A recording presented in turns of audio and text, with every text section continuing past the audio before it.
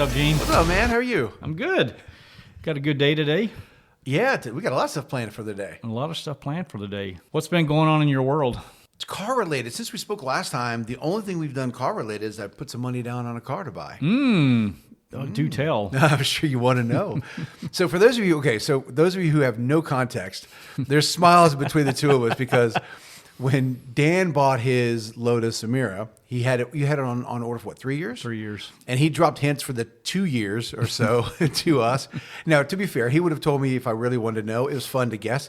Yeah. And I'm dropping hints. I just dropped a second hint today to him and another friend of ours. It was fun. My wife and I decided we were going to go look at cars on last Saturday just for the fun of it. And we ended up test driving 4 vehicles, not even cars, vehicles. A mixture of cars and SUVs. I'll give you that. We were at one of the dealerships, and there was one particular vehicle that I was very fond of. But I knew my wife. I'm like, let me not give her too much. Let me not play too highly into. This is really interesting. Let's look at it. I just made a comment of, oh, this is really cool, and I moved on. Right, that's our plan. This is my sales game, the long game here with her. Is she listening to this? She will be, but by the time she does, she'll already have it, so it doesn't matter. And she knows exactly what I did because we talked about it at dinner. So we had test driven some vehicles that drove like buckets. They just were not good. So we went and test drove this other vehicle and didn't like it. Fit and finish was plasticky and poor, and it was just nothing that we were impressed with. But in the conversation, I dropped, hey, what do you think about this other thing? And she's like, oh, it kind of looks neat. I said, oh, okay. Well, why don't you go sit in it? Let's just go sit in it. And so I'm playing this thing really nice with her. And she's like, oh, I really like it. It's really sporty. It's really cool. There's a reason why we didn't drive it right then. But later on, we said, well, we'll leave. So we went and had dinner. Or we went and had some appetizers, actually.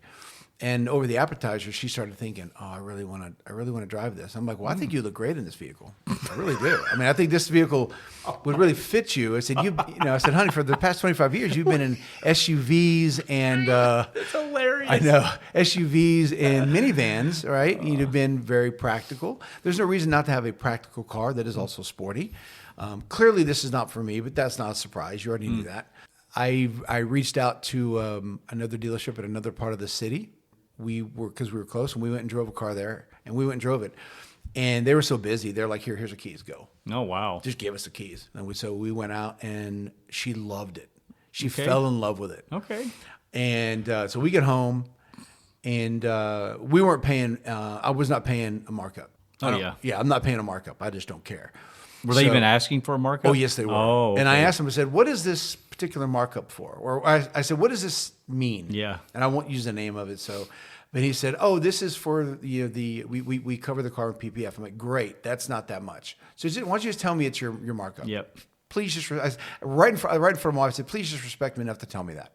And he said, it is. I'm like, okay, that's fine. I'm not paying that, but fine. So we get home, and it's in her head now.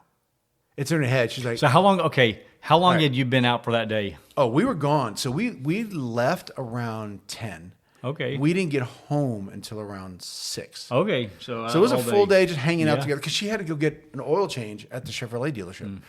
And so we were walking around and whatnot. And by the way, they had a Z06 there in the showroom. Oh.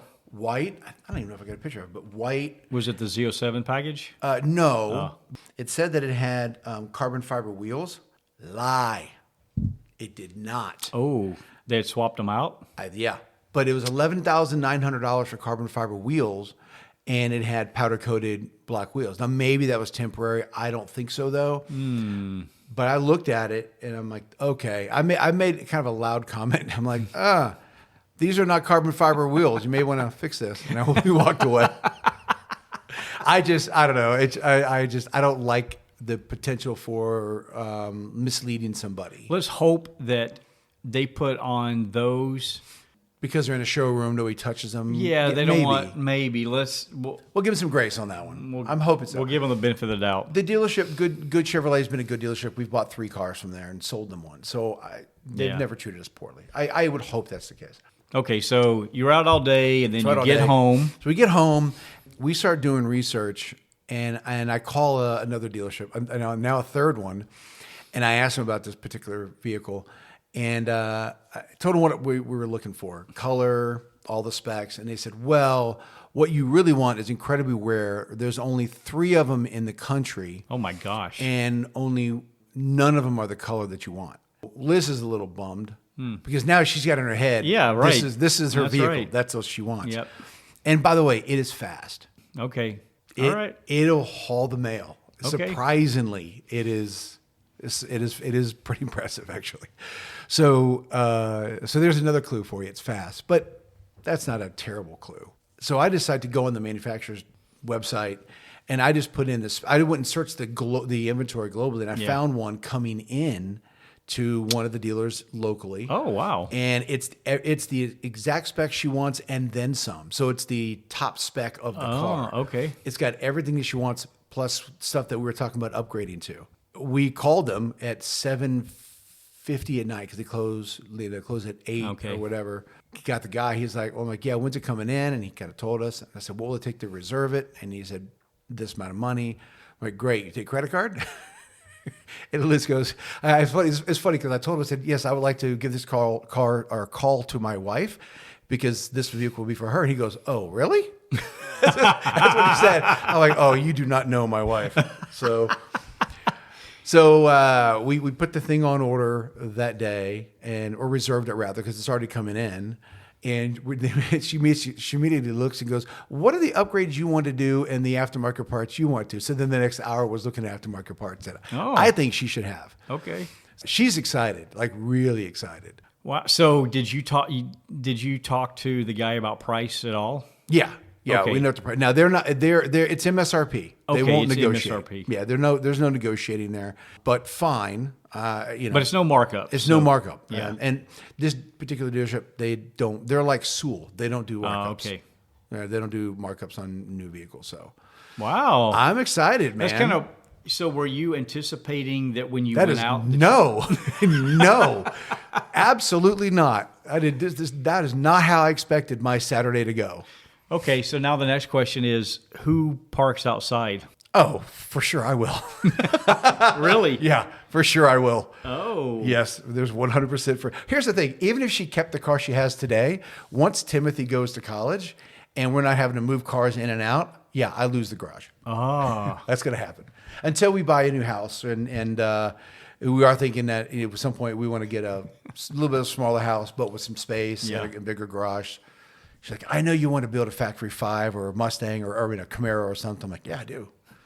So wow, that's interesting. Yeah, it was it's funny good about Saturday. That comment that guy made about, oh, it's for your wife. Oh, right. He was surprised. It's kind of like when I tell people that, the CT4 Blackwing that's a manual is my wife. And they're like, what? I'm like, yeah. So people just don't,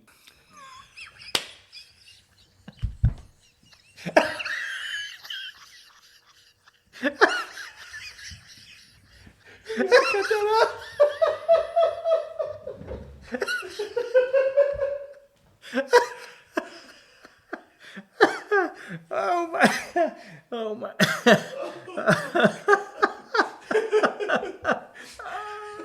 Oh my God!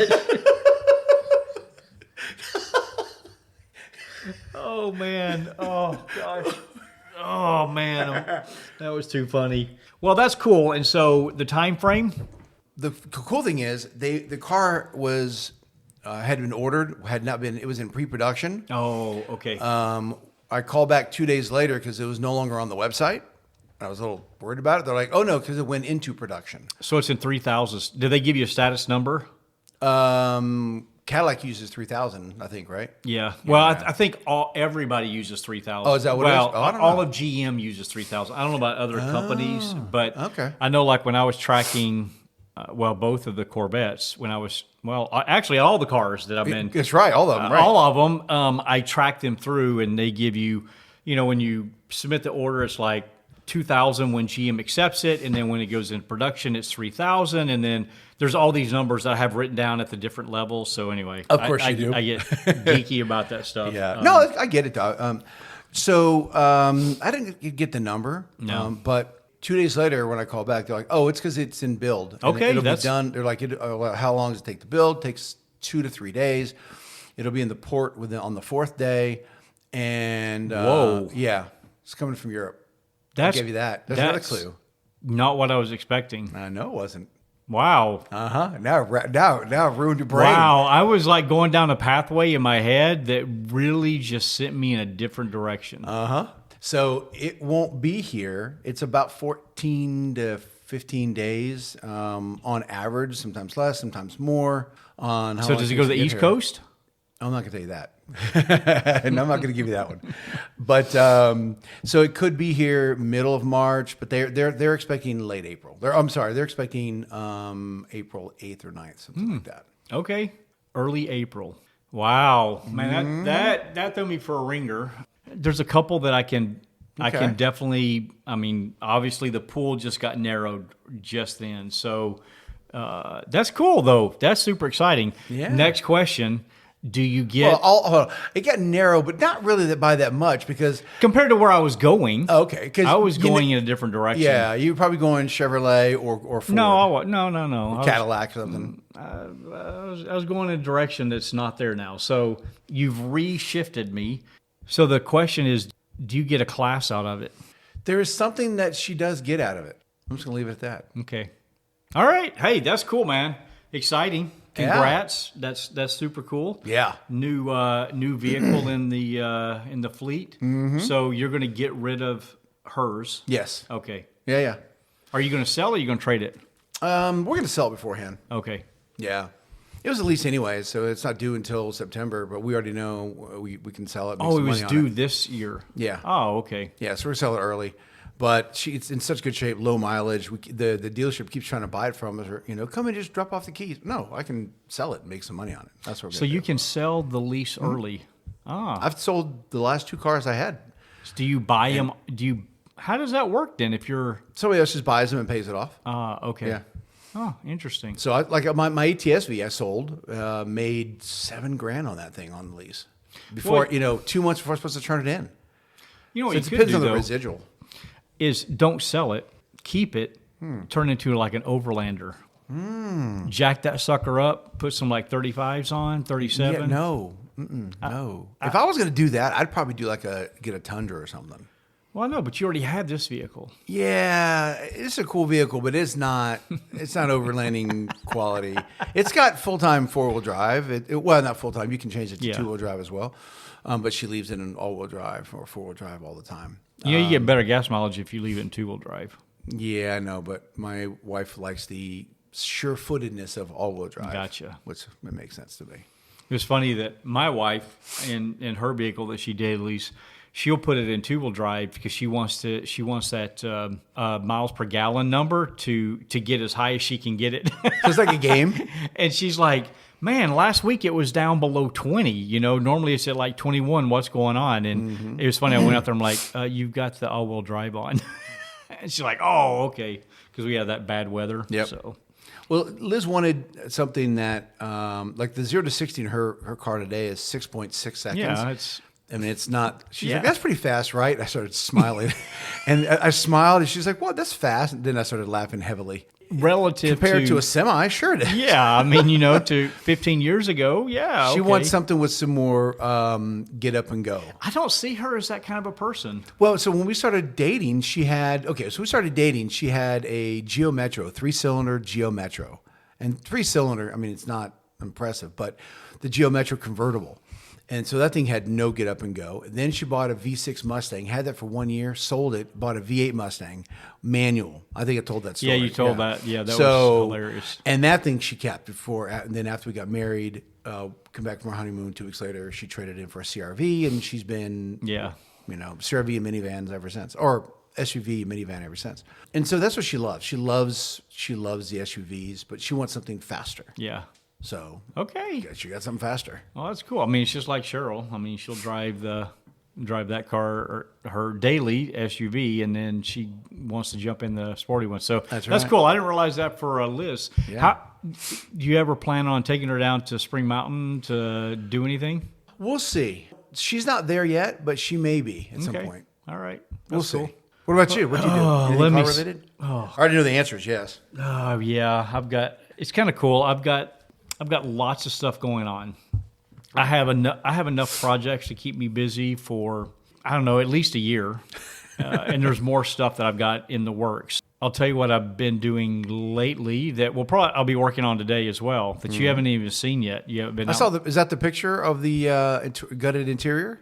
Yes. Okay. But you don't know what I'm doing. No, I told you what I thought it was. Yeah, you said no. You thought it was going to be a roll cage. I thought it was going to be a roll cage. Yeah, it's not going to be a roll cage. Or a roll cage or something that would stiffen the body. Right. Yeah. Although I've got after getting ready for our next podcast later with our guest, I've got more stuff running around in my head about what we should do. Anyway, nice. So let's talk about what I've been doing lately. So, as G mentioned, I've gutted the car, the Mira. That's been completely gutted.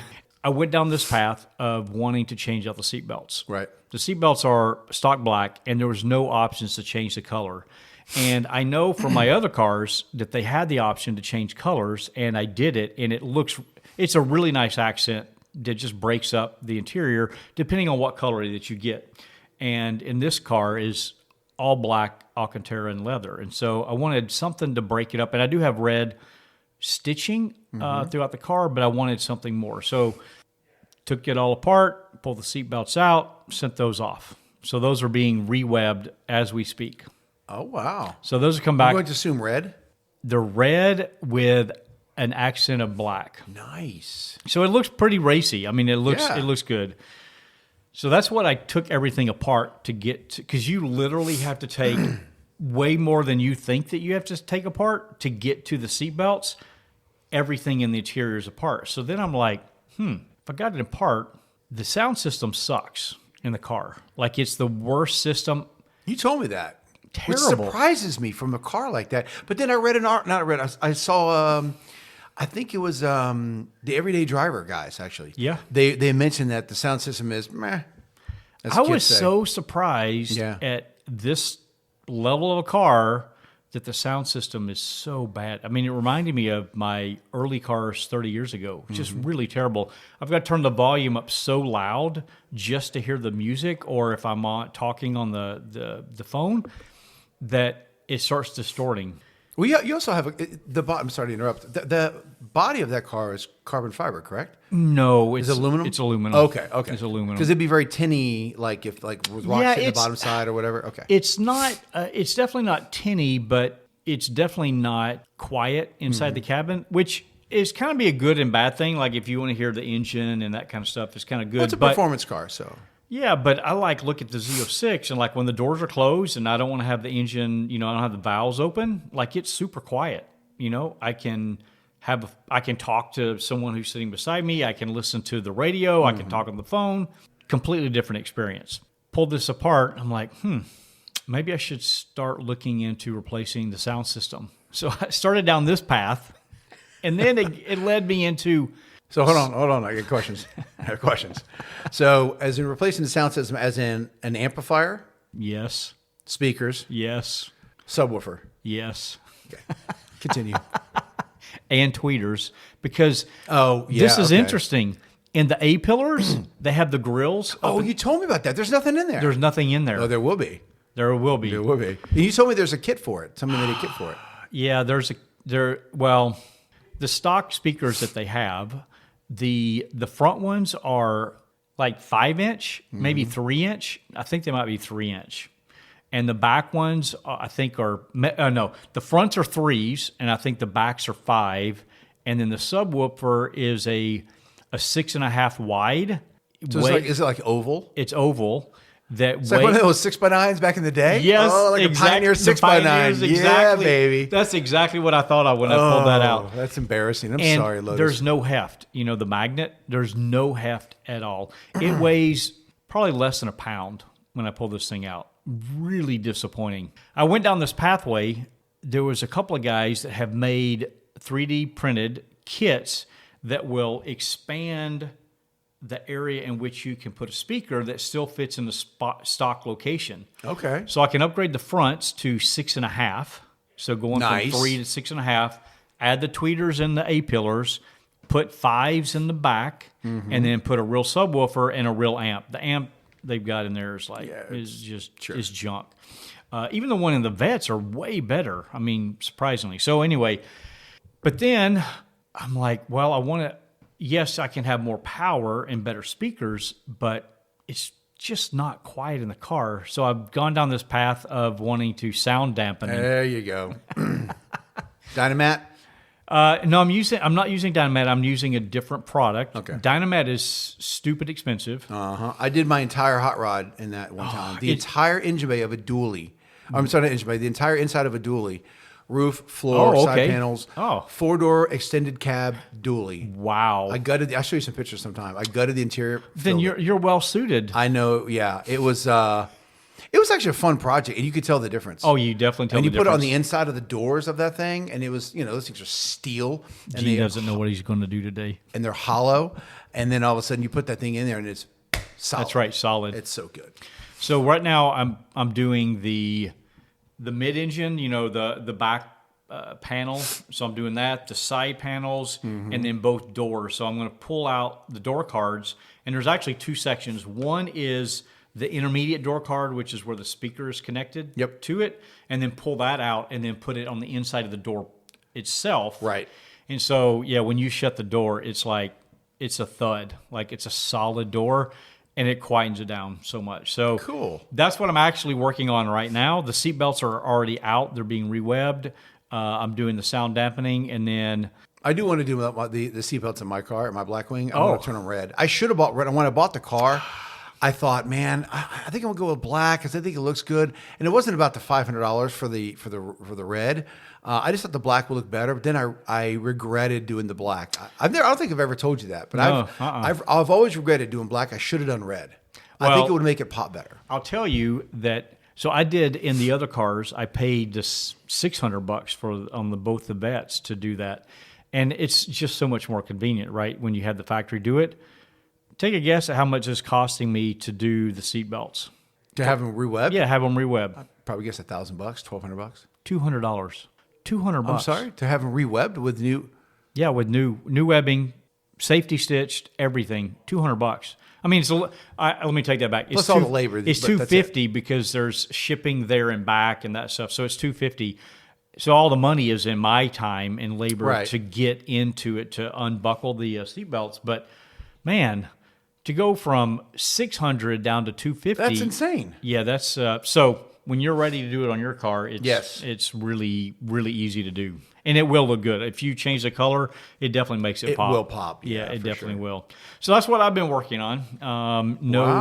No drives because all my... It's been raining a lot. The weather hasn't been raining. Great for cruises. The weather's not been good. Snow. I've been traveling, and so haven't had much time. And so now I just go outside in the garage, take out the other vehicle, have all the doors open, have all the lights blaring, and I'm inside in this cramped little area to... So when you work on cars, do you listen to music? Well, not music. I'll put on podcasts. Okay, podcasts. So I've got, I don't know, probably on any given day, I probably have 150 podcasts in my queue.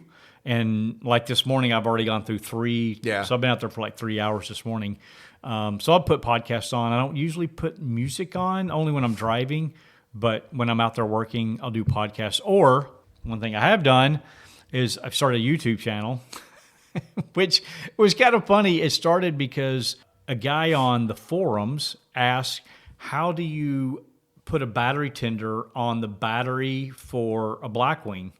And I want to do that myself because our Blackwing goes on garage status for 4 months of the year because we don't drive it in the winter up here. And I couldn't figure out how the heck to connect a battery tender. And I looked all over the YouTube, could not find anything, searched the web, couldn't find anything about it. So I'm like, all right, I got to figure this out. So I ripped the whole back apart, videoed the whole process, and then uploaded the video. And then I let the guy know that was asking for it, hey, here you go. And he appreciated it. But it also helped me out because now I've got my battery tender hooked up to it, and I just connect it, and it's ready to go. So I've done that now. So I think that a lot of my projects going forward, I'm going to start videoing and then uploading.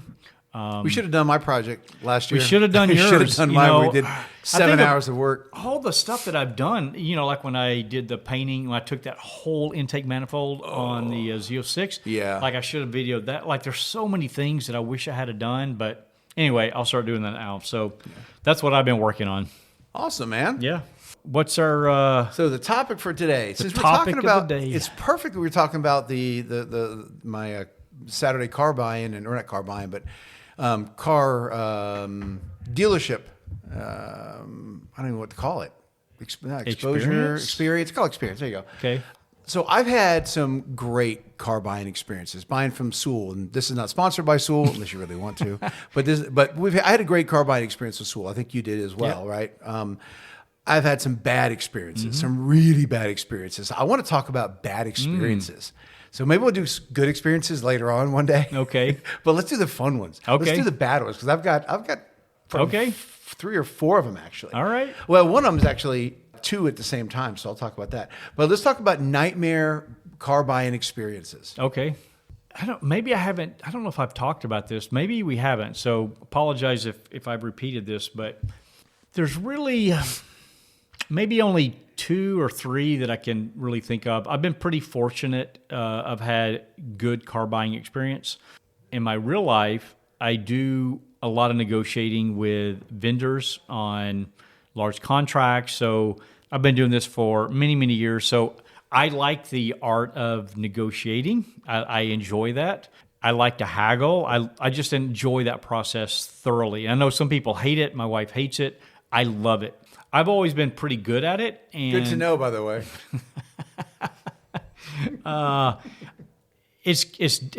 I've been pretty successful in it. So I've always been pretty well in negotiating car deals. Before they got to, once COVID hit, that changed everything, right? That went to everything is marked up, everything's too expensive, to now if you can just get an MSRP that's acceptable, which before COVID, I've never in my life paid MSRP. I paid significantly lower than that. That aside, I'll give you 1 or 2 of my experiences.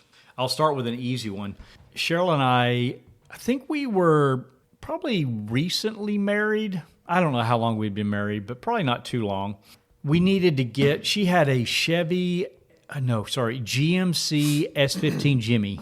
You remember those little SUVs things? Oh, yeah. Yeah. So she had one of those as black. We wanted to get something a little bit bigger, and I can't even believe I'm going to publicly acknowledge this, but you know what would be really good is a Chrysler Town & Country. We went to the dealership, and I don't know why I was hooked on that one, but at the time, man, that was like, I don't know, it had a lot of room, and it was pretty swank looking. But wait, stop. I know. What was the word you just used? I know. Swank? You just said swank to me? Oh my gosh. Really? It's painful. I can't even believe I'm admitting that I wanted to look at a minivan. I know that you said that you guys had minivans, but we didn't have kids at this point. So my thinking was, hey, we're going to have kids in preparation. To one of the podcasts I listen to, Everyday Driver, they talk about don't buy the car for the future. So people are always writing in saying, hey, what car should I get? We're going to have kids. And they're like, don't buy a car based on what might happen. You don't know. Maybe right. You might not have a kid. It might take longer. So that was my thinking back then. Hey, we're going to have kids. Let's get something bigger. It's easier because it's not convenient in that little Jimmy, because it's a 2-door. So you have to flip the door up to get car. I'm like, I don't want that. So that's why we went and looked at it. Okay. I know, flawed thinking. So we went there to look at it and go in, and the guys takes the keys, right? They take your keys because they want to go assess it, right? Evaluate your vehicle to tell you how much they're going to rob you, right? So they take your vehicle, and then we go in and talk to the salesperson. Thank goodness I no longer do this aspect where you spend 5 hours at the dealership buying a car. But back then, I was still pretty young, and I hadn't honed my skills quite yet. So we went in there, we're talking to the sales guy. They gave us a price, and I'm like, look, right off the bat, I'm not haggling. Like I'm not, now I'm going to do that, but I'm telling this guy, I'm not playing that game. I'm not going to haggle with you. I only want one price. That's all I want. This is the price I want to pay. He's like, oh, well, we'll get you the best deal. I'm like, okay, you give me your best deal. So they came back, and it was like, I don't know, but it wasn't anywhere close, right? We're way off. So I'm like, look, I already told you I'm not going to haggle with you. I'm going to write down a number. Okay, this is like a movie. I'm going to write down a number. I'm going to give it to you. If you meet that number, then we can do a deal. If you can't meet the number, then we're done. Okay, pretty easy, simple, very simple, right? Write the number down. I wish I'd have kept that piece of paper. Honestly, that'd be kind of funny. Gave the salesman. Now, obviously, the salesman goes talk to the sales manager, right? So the salesman can't do anything. He takes the number, and you could see him, right? Because it's this whole game. You see them in a window, and they're talking, and they're probably sitting there saying, there is no way we're going to do this, but let's act like we're going to talk about it so that because they're watching us, we'll act like we're doing something. Who knows what they talk about? Yeah. They come back, and they give me a different number. So let's just, for giggles, let's say my number was 30,000. They came back at, let's just say 35,000. Whatever the delta was, it was still a big delta. I'm like, nope, sorry. He's like, oh, well, what do you want? I'm like, I already told you this is my number. Oh, well, I'm like, nope, I'm done. He's like, no, let's see if we can get closer. I'm like, I told you my number. Like, you can't do it, so I'm done. So I get up, I'm like, okay, let's go. And we're walking out the door. And the guy's like, no, come here, we'll work something. I'm like, where's my keys? He's like, I don't know. I'm like, go get my keys. I'm leaving right now. At that moment, he realized that I was serious. He didn't think maybe he thought I was playing a game with him, but I was dead serious. Yeah. And so the sales manager then comes out. Sir, what's going on? I'm like, hey, I told you guys I wanted a number. You can't meet it, which is fine. If you can't do it, that's fine. Yeah. I want my keys. It's a business decision. Yeah, you make a decision. Sure. It's fine. I don't have anything against you, but I want my keys because I'm ready to leave right now. Well, we got the key. We got the car in the back, and I'm like, go get my car right now. I'm leaving. I'm going to walk outside. You can bring it out front. They went and got it, and they brought it out front, and they're like, still, hey, come back in. Let's see if we can work it out. Man, that was such a painful experience to have to go through that. Yeah. And, to sit there and waste that time, I was really frustrated. So that was one, and we didn't buy the vehicle. Thank goodness. We went into buying a GMC Yukon. Okay. Much better buying experience. My second story that I remember, this one really changed the way that I do business with a particular dealer. This dealer I had been doing business with for probably 10 years. I have bought, I'd have to count them up, but I want to say between me and another person that I recommended to buy from them, I think I've done 8 or 9 vehicles and they've done 1 or 2 vehicles. Okay, so we'll say 10 vehicles that we bought through this particular dealership. And I thought we had a good relationship. I've done lots of deals with them. When the C8 came out, had got announced, I'm not a Corvette guy. Like, I've never been, I don't like the long front end. Mm-hmm. I've just never had a good experience. Oh, like the previous gen cars. Like C5, C6, C7. Like, I just don't like that. And I had a buddy let me borrow one. C7 looks so sharp. I don't like it. Man. Don't like it at all. I never liked Corvette. But when the new C8 was announced, I'm like, yes, there's still some things I don't like. The back end is just terribly ugly.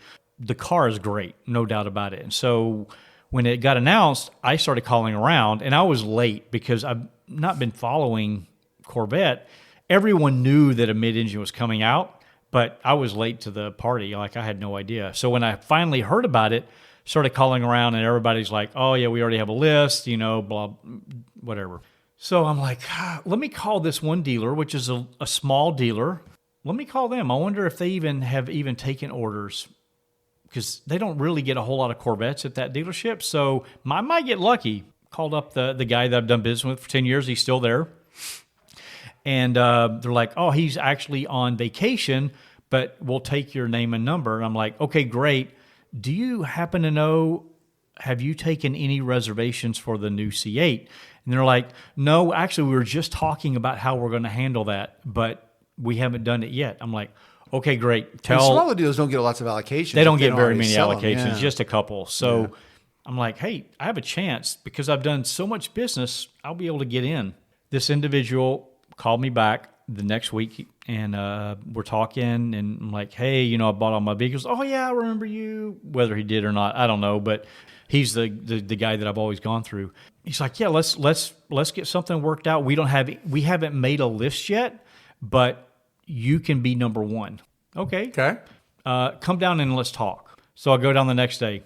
Okay, drive down there, go to talk. Comes in and we're talking. He's like, yeah, I think you can be number one, but there is someone else that's also interested, but you were the first one that left information that you wanted to do something with it. But there's someone else that's also interested, and we're going to charge a markup. There you go. And I'm like, there it is. I said, look, I'm not doing a markup.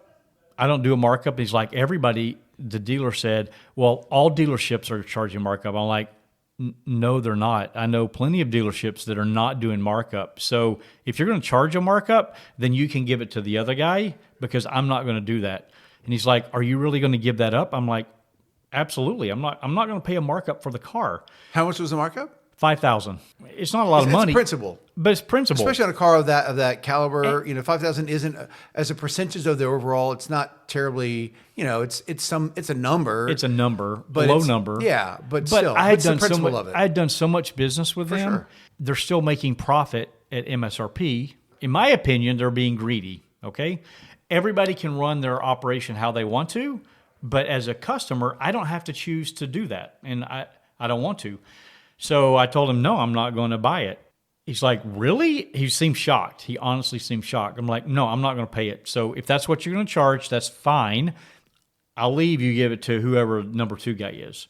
Oh, well, let me go talk. And so he goes upstairs, has the chat, comes back down and said, okay, look, for you only, as long as you don't tell anybody. So I'm not disclosing. Now this has been, 4 or 5 years later? Yeah. It's been 5 years later. Yeah. I'm not going to tell the dealership or the salesman. But they said, as long as you don't tell anyone that you aren't paying markup, because we are charging markup for everybody else, because you've been a loyal customer for so long, we'll do MSRP. I'm like, great. What do you need? We need a down payment of whatever, a couple $1,000s. So wrote them a check, done. Okay. That was like a year before they came out, because then there was strike happened, and then everything got delayed. Yep. And this dealership being small, I think they only got 1 or 2 allocations that year. Oh, wow. I knew that through following forums that there's a way that you can turn on OnStar and track your car. My local dealer had no idea how to do it. Okay, they didn't know how to do it. So I contacted someone else in the area. He did it for me, enabled OnStar, and I was able to track my car. So I knew where it was on the railway of coming down. When it was getting close, I knew that probably within a couple days it'll be here, and so it had arrived at the rail yard. You had already gone in and inspected and everything, right? Okay, yeah. So I spec'd it. Yeah, that's actually a good point. So I spec'd it out, built it, everything, and then because of the strike, there was this long delay. I decided I wanted to make a change to the car. Now, once your car gets accepted for production, they do not allow changes at all.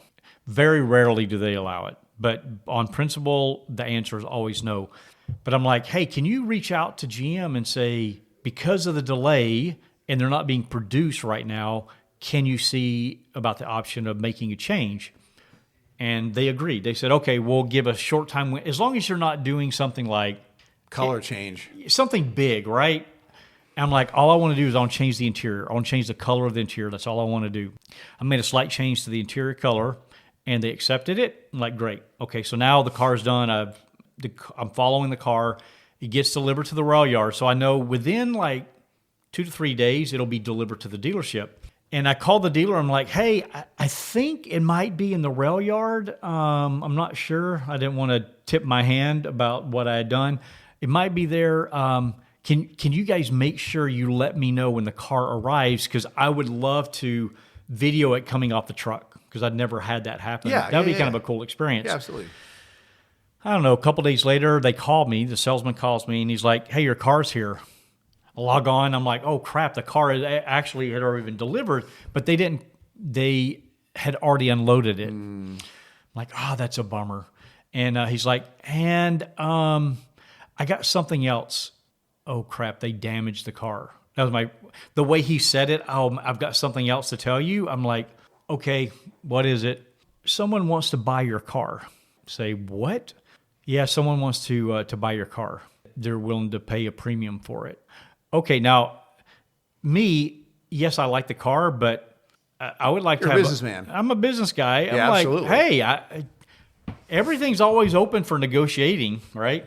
So I told the guy, I'm like, okay, let's talk. Now, Cheryl was furious with me. She was not happy because she's like, She wanted that car. no. No, it wasn't. She wanted it. She knows how much time I'd spent in researching and following and diving into it. I've spent a lot of time, and she's like, man, someone with more money is just going to offer it to you. But my practical sense is like, hey, I could take that money and get something else, right? So we go down there.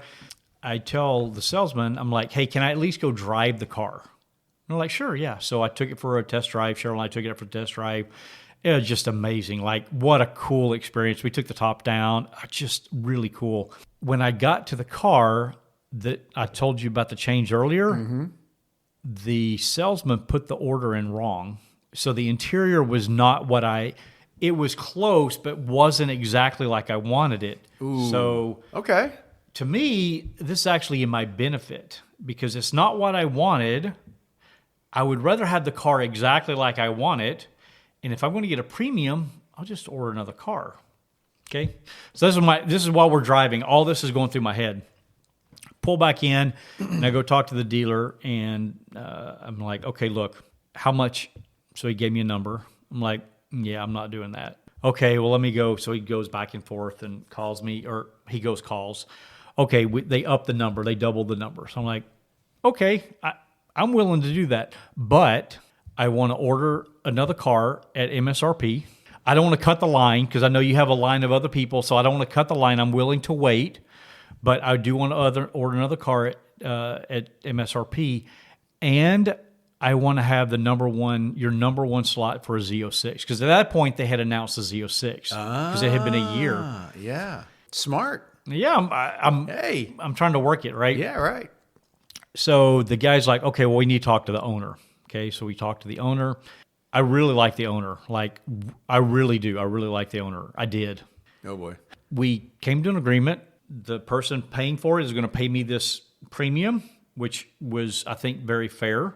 And I'll use that money to put toward a higher level of trim because I think I got a 2LT on the first C8, and the second one I did a 3LT with every option available. So I used that money to put back in the car. I didn't keep it. I got a nicer car. The Z06, he said that he would sell it to me again, I wanted MSRP.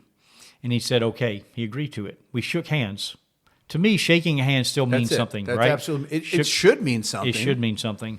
The next day, I get an email from the owner. Or no, I get a call. Sorry. I get a call from the salesman that said, hey, just want to let you know that you can have the number one slot for the Z06, but there's going to be a $20,000 markup. I'm pretty livid because we just shook on it the night before and agreed this is what's going to happen. And he's like, they went back and they talked about it and they've decided they don't want to do it. So what he said was they went back and they realized they had no, they didn't care about your business and they weren't men of honor and that kind of thing. That kind of thing, I guess, right? I'm talking to the salesman. I'm like, look, I'm not paying markup and you guys agree to this.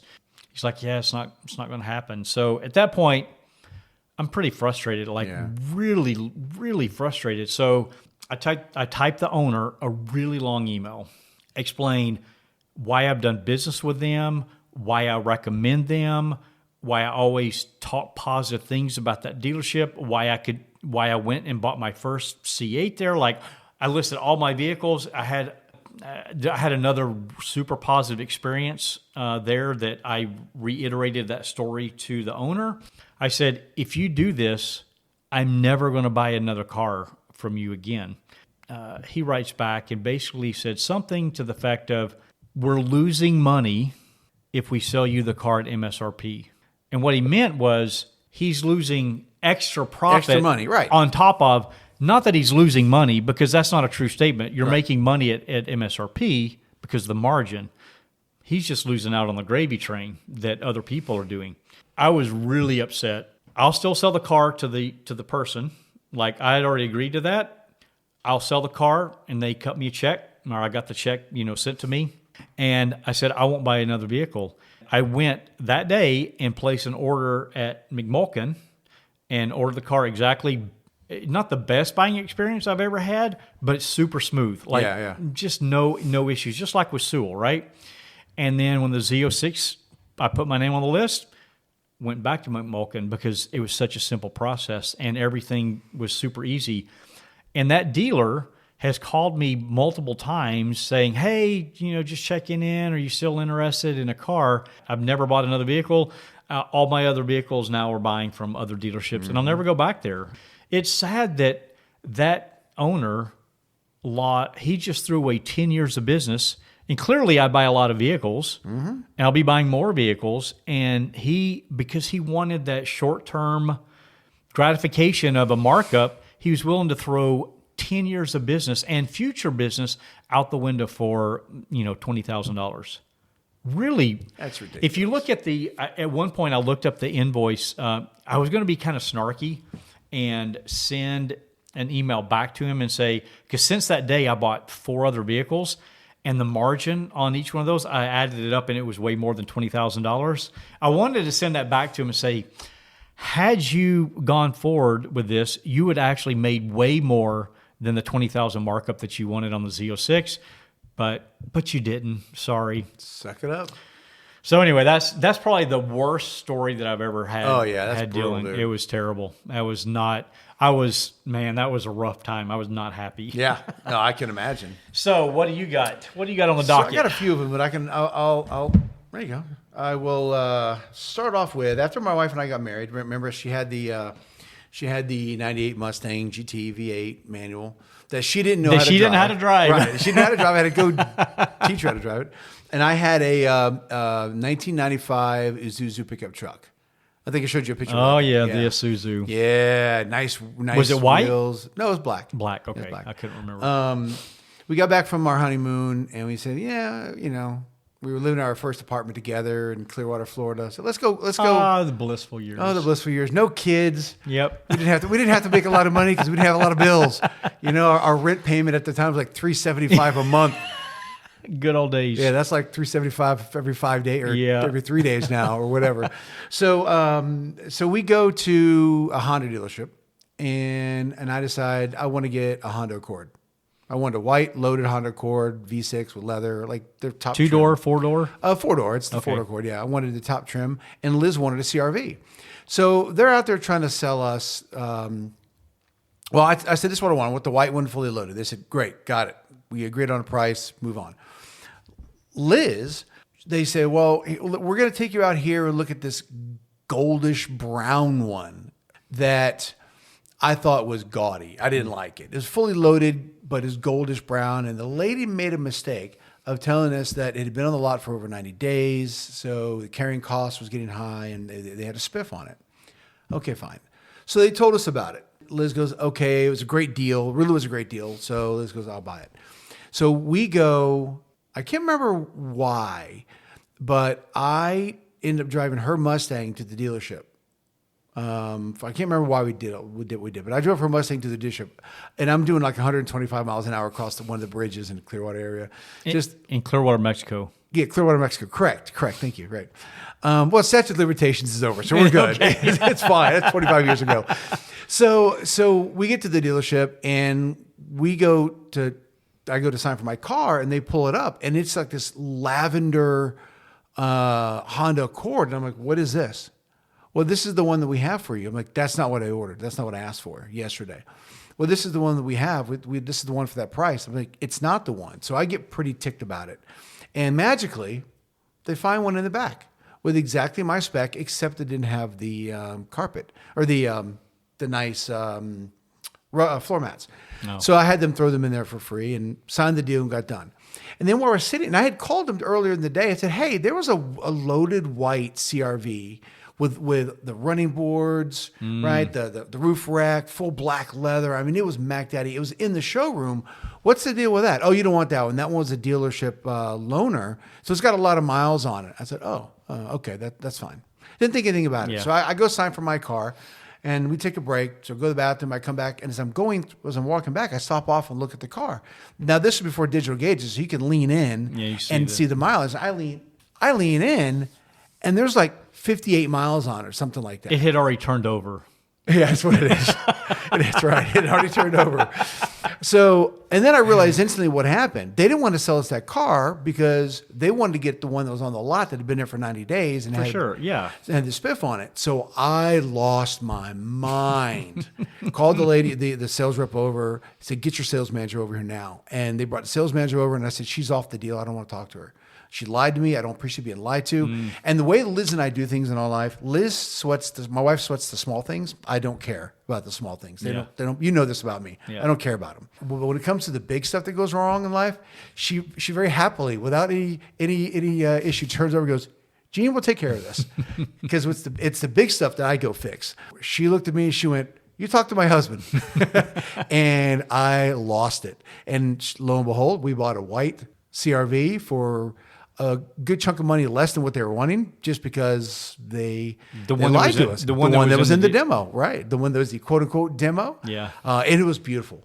Like that car was fully loaded. Loved that car. Brought home 2 of our 3 kids in it. So it was a great car. No, brought home our oldest son. I'm sorry. Brought home our oldest son in that car. Great car. But I got so ticked at that dealership because they played that game with us. Yeah. If I didn't know that was a spiffed vehicle, I probably wouldn't have been so mad about it. But because I realized what they were doing, they weren't doing what we wanted. They were doing what they needed. That one really ticked me off. Same dealership, years later. Oh, Gene didn't learn his lesson. I didn't learn my lesson. We went to buy a minivan, and it was... Was it Swank? It was not Swank. There's no Swank minivans. I'm sorry, bro, but no. There's no Swank. I wrote it down, by the way, on my notepad here. There's no Swank minivans. That's the name of the episode. No Swank minivans. So I go and we leased them because we got rid of cars quickly. Every 3 years we wanted something new. We get the deal we want, nice deal, it's perfect, and we drive away. I get a call like 2 days later. Hey, Mr. Hawks, you need to bring the minivan back. Why? What's wrong? Well, we have a problem with the paperwork. Well, what's wrong with the paperwork? Well, we have the per mileage rate too low. Like if you go over your lease rate, which we didn't, but okay, fine. And we get, even though you've got stellar credit, we still made a mistake on the credit. Now, I noticed that when we did the deal. I realized that's a little lower than what I think it should be, but I'm not complaining, so I'm not going to say anything about it. It's not my, and I said, that's not my problem. I mean, I'm sorry, but I have a contract. We're done. Yeah, you have a signed doc. And I said, so I'll talk to you later. And I hung up. And they called me every day for about a week straight. And then I realized, well, I'm going to use this for my benefit. So, because I kept telling them, guys, well, we may have to get a lawyer. I'm like, go ahead. I have a contract. You signed it. I signed it. We're done. This is not my fault that you made a mistake. So what I ended up turning this into a buy. So I said, I will sell you the vehicle back. Right? That's what has to happen. I'll sell you the vehicle back. You're going to sell it back to me as a buy, meaning you put the down payment into the vehicle to get to the payment that I had on the lease. So we instantly had about $11,000 of equity in the van, nice, just based on that whole mistake. And at first, my wife was like, "Nah, let's not deal with them." I'm like, no, I'm going to use this for our advantage. I mean, why would I walk away from free equity? That's right. I'm not going to do that. Yep. So it's a pain. I get it, but we'll suck it up too. Yeah, it took about a week or so to get it all done, but I ended up getting the leased vehicle as a purchase. And then like a year later, Liz goes, I should have bought the minivan. I'm going to go get an SUV. So she traded the SUV in. She traded in for a Honda SUV, another Honda SUV. Oh my gosh. And because she went from a CRV to minivan, a blue minivan, a silver minivan, another silver minivan. And then that's the one that they tried to screw us on. And then she went to the white SUV Pilot, but we had equity, so we didn't put any money down, dropped it in. I had a great deal on the Pilot and kept that for 4 years. See, when dealers act that way, when they threaten, like, hey, I'm going to have a lawyer, if you have a legal document that's signed, they can't do anything. Yeah. When they start threatening, like, that just really rubs me bad. It really does. It really does. And that just makes me want to piss them off more. Tell me that you don't have a third story with that dealership. No, that was the last time we bought anything for that dealership. We're done. But so now here's a story that, and I think I've told this to you before, but certainly not on the podcast.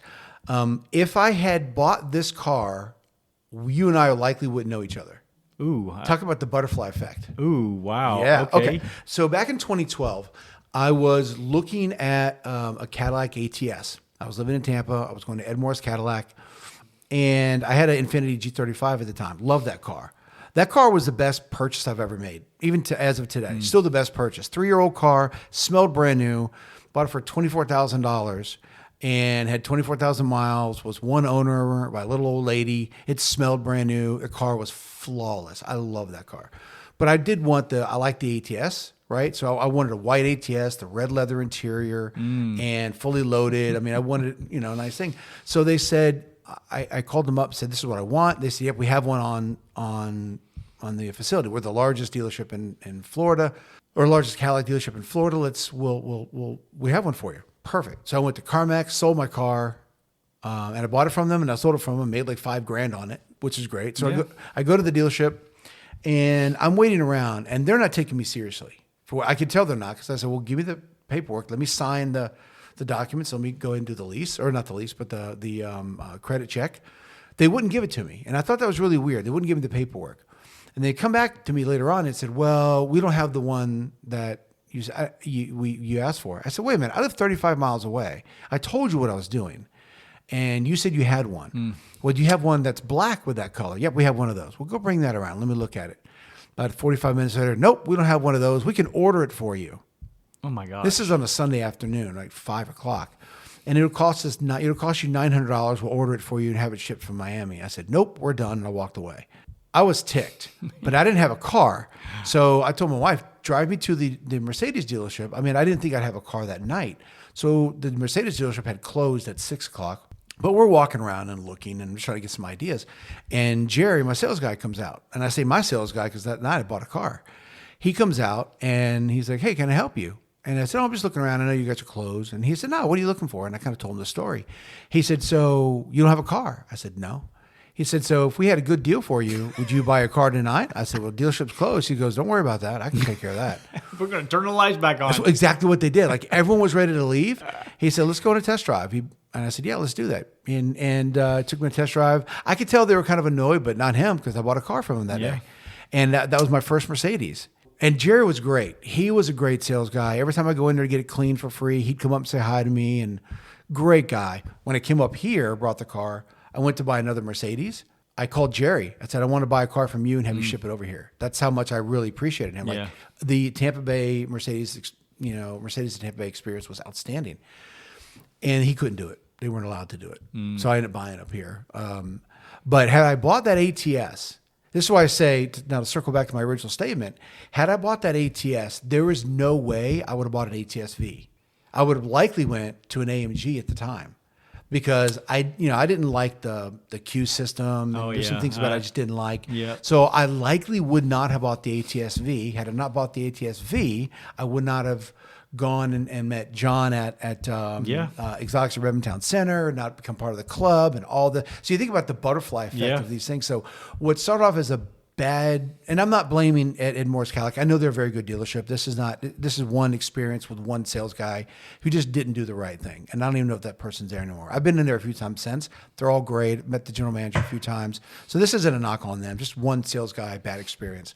But had I bought that car then, I would likely be in a Mercedes now, or maybe a Beamer M2 or M3 or whatever. It was a bad experience, but it ended up working out in the end. Yeah, you never know you just don't know what's going to happen down the road. A decision you make here has all these other trickle-on effects that you just don't know. Yeah. Interesting. So that's the story. I have a couple others, but I'll leave them for another time.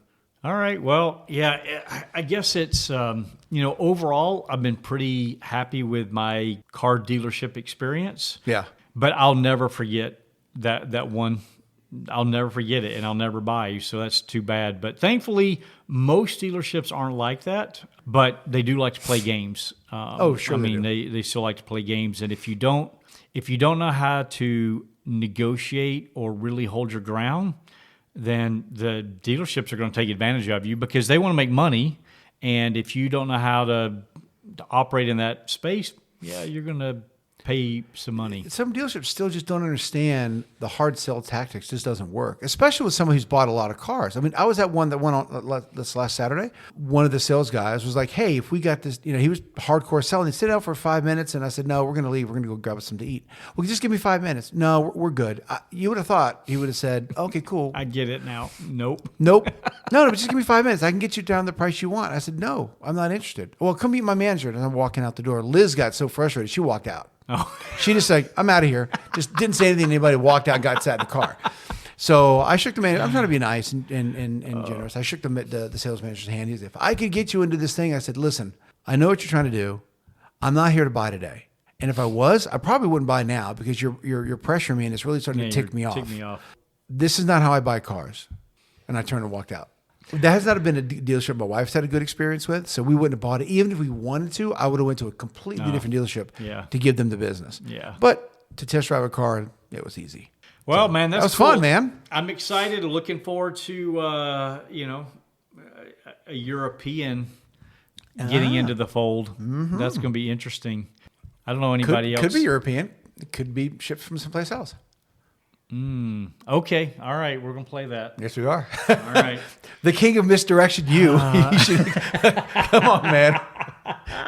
You should know I'm not going to make this easy. It's just going to be fun. Oh, I know. All right. But the point, though, it is going to be on a boat. I'll give you that. Okay. It'll be on a boat. It has to be on a boat. Okay. With that was fun. All right. Till next time. Cheers.